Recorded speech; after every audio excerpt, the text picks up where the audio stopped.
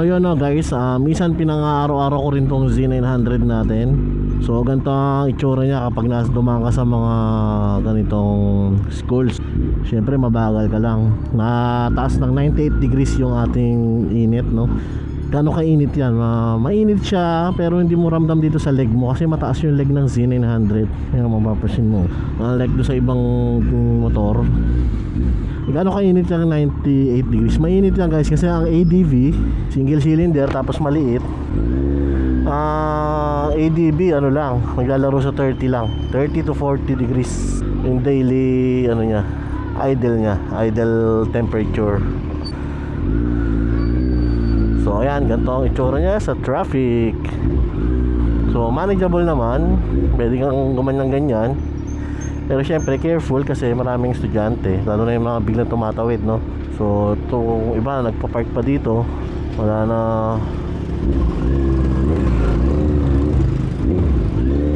So nung high school ako no, ganito. Nung mga dumadaan ganito, tuwan-tuwa rin ako. Sabi ko, magkakaroon din ako ng big bike na ganyan paglaki ko. Then ito na nga tayo. 10 years ago, nagkaroon tayo ng ating unang leisure bike, which is yung 250cc na inline 2. Tapos ngayon, nabibili na natin yung mga nasa middleweight na bike. Pero yung mga tig 1.8 million di natin pa afford yon. Mabibili ko pero yung maintenance nun ako madugo. Kaya mong bumili pero yung maintenance niya, yung pagmanag wag naman sana.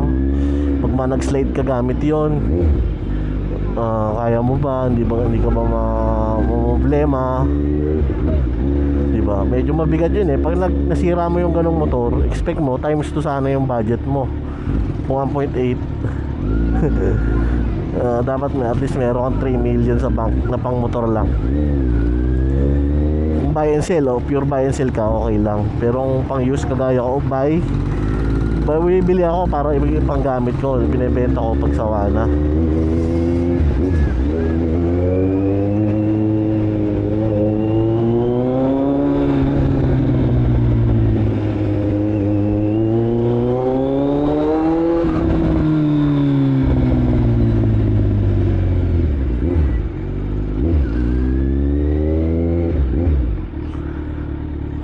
Traffic no, anong oras ba ngayon? 12:30, 12 parang gano'n lang.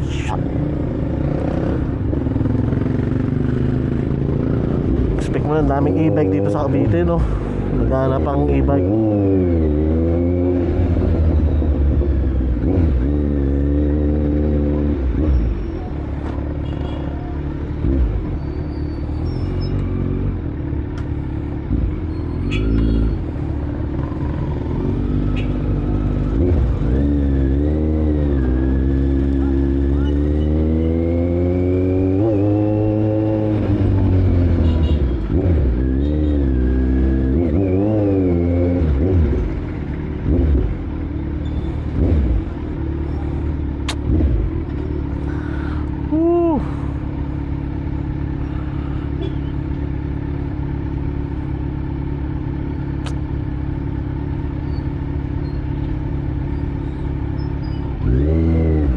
Muna.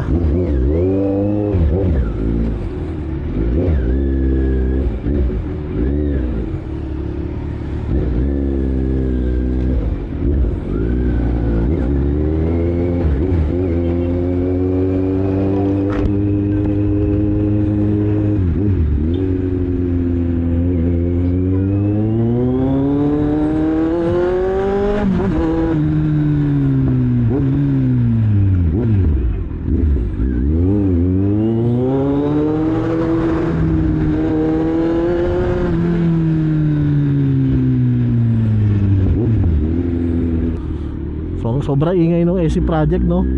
Kahit saan ka pumunta, nakalingon na yung mga tao agad sa'yo. Siyempre iba sisigaw, bomba, kuya, bomba. Pagbigyan natin ng pagbigyan, total wala naman tayong malapit sa school.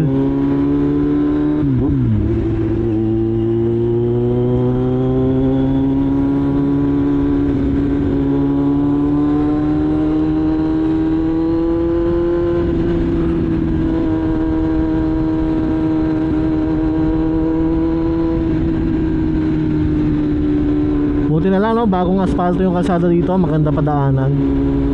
Parang isang buwan pa lang yata ito na-asfaltohan uli. Dati lubak-lubak na yan.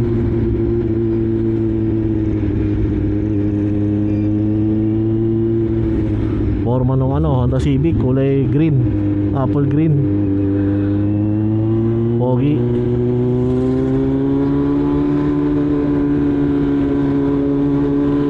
Gasoline check 58 pesos ang premium. Sa kabila 57.39 sa Flexi Fuel.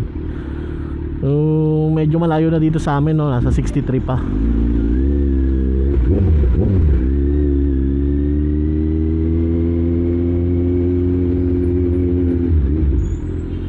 Kunyari inaantok. Ano, labasan na ng mga bata, di ba? Pero mamaya dating na nila.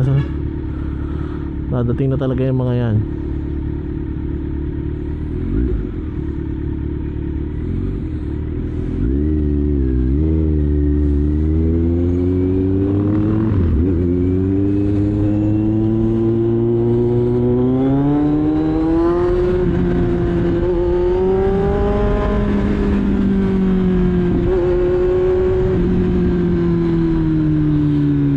Itong dinadrive mo na no, ayaw mo na ibenta, parang ayaw mo na siya ibenta. Sobra sarap, sobra smooth ng inline 4. Pero ganoon talaga, ang papalit din naman natin dito ay inline 4 pa rin. Dahil parang mahigit 10 taon na ako nagdadrive ng inline 4. Hindi naman, mga 10 years pa lang, 10 years. Unang inline 4 ko ay Super 4 2013, ngayon ay 2023, so 10 years pa lang. Parang ayaw mo nang mag parallel twin or B-twin pag nasanay ka na sa Super 4, sa Super 4, sa inline 4 engine. Super smooth kasi, lalo na nung natry ko yung mga ano no.